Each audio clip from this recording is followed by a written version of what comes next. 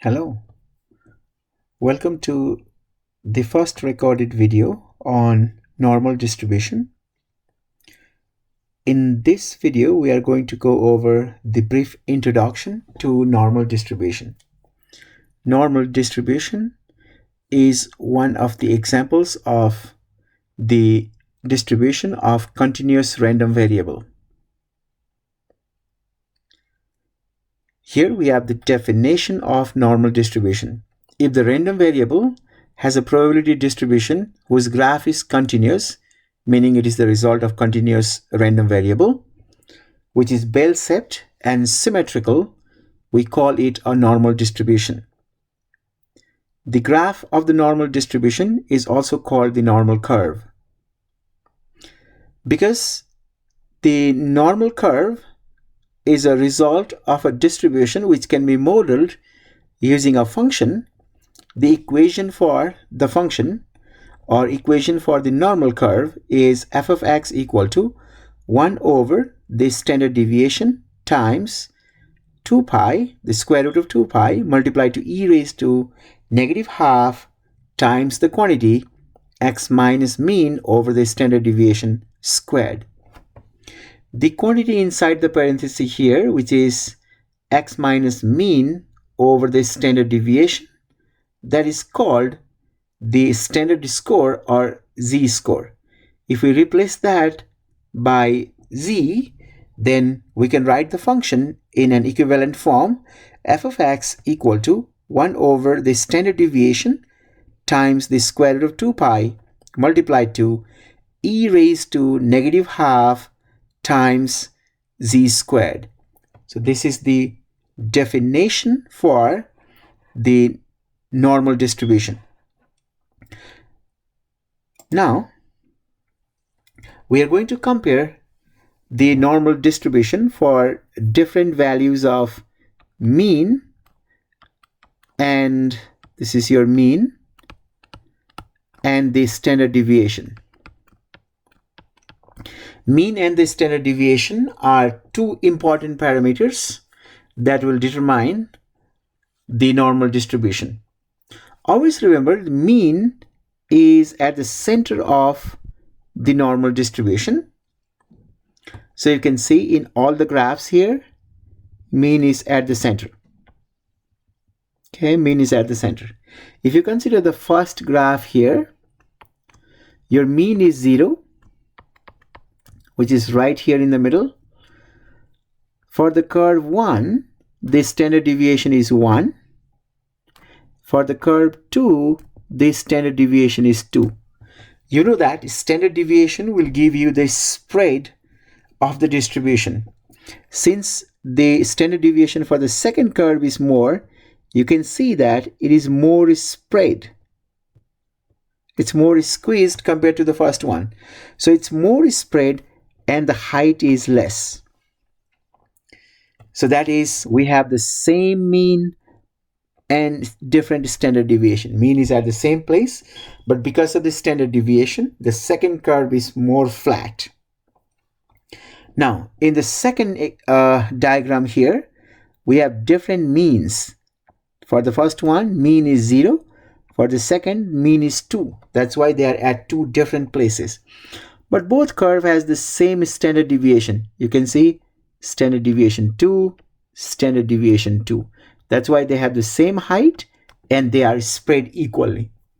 So these two parameters, mean and the standard deviation, are the key factors that determines the nature of the probability curve.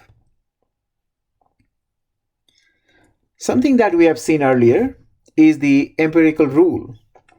The empirical rule will give you the amount of data within 1 standard deviation of the mean, 2 standard deviation of the mean, and 3 standard deviation of the mean. Within 1 standard deviation, here is your mean. Within 1 standard deviation of mean, meaning from mean minus 1 standard deviation to mean plus 1 standard deviation. Here, this much area under the curve. So this area, if I want to calculate all this area is approximately 68%. You can divide those area into two equal parts. You can see in the diagram, it is 34.13, 34.13. When you add them together, it will be 68.26. That's why I use the word approximately here. So these values, 34.13, are more accurate. Within 2 standard deviation, so from here up to here, 2 standard deviation, if I want to find all this area under the curve, total area, within 2 standard deviation, this is approximately 95%. And within 3 standard deviation of the mean, that is from here all the way up to here, is 99.7%. That is called the empirical rule. And always remember the empirical rule one more time. It will give you the area within 1, 2, and 3 standard deviation of the mean. Within 1 standard deviation, you have approximately 68. Within 2 standard deviation, you have approximately 95%. And within 3 standard deviation, you have approximately 99.7. Okay. Now, let's go to next slide here. If in the normal distribution, mean is 0, say for example, mean is 0 and standard deviation is 1. In that case, if the mean is 0 and the standard deviation is 1, the normal distribution is called the standard normal distribution. And along the x-axis here, you'll have the standard score or z-scores. But in a normal distribution, instead of using mean equal to 0 and standard deviation equal to 1, if we use the actual mean, whatever the mean is for the given distribution, like mean equal to 20, and whatever the standard deviation is other than 1, it can be 1 or it can be anything other than that. Along the x-axis, you will have the actual data values, x. So that type of distribution where actual mean is in the middle, standard deviation is the actual standard deviation, and along the x-axis, you have the actual data value, then the distribution is simply called the normal distribution. You can change the actual score of the data to standard score or z-score using this formula. Z equal to x minus mean over standard deviation. You can also change the standard score to the actual score. For that, we use this formula, x equal to mean plus z times the standard deviation.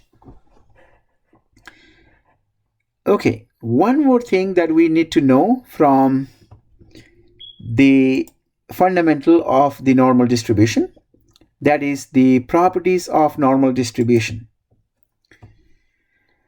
The curve for the normal distribution is bell-shaped with mean, median, and mode in the middle. For the normal distribution, your mean, your median, and mode are all here in the middle. Shape of the curve is bell-shaped. Mean, median, and mode are all equal, located at the center. The curve is symmetrical about mean. So if you draw a line over here like that, the curve is symmetrical. That is, area to the left of mean and to the right of mean are equal. Next thing, you can see if you draw this curve, you'll see that this curve gets closer and closer to x-axis on both sides, but it will never touch x-axis. Meaning of that is, your x-axis is horizontal asymptote to the graph of the function, whose curve is a normal curve. Last but very important property, property number 5, the total area under the normal curve is always 1. If you want to find the total area under this curve from negative infinity on this side to positive infinity on that side, the total area is always 1. This property is very useful because we'll use this property to find or to calculate some probabilities. Okay, so that is the end of the first video on normal distribution. I hope you find this useful. Thank you so much for watching.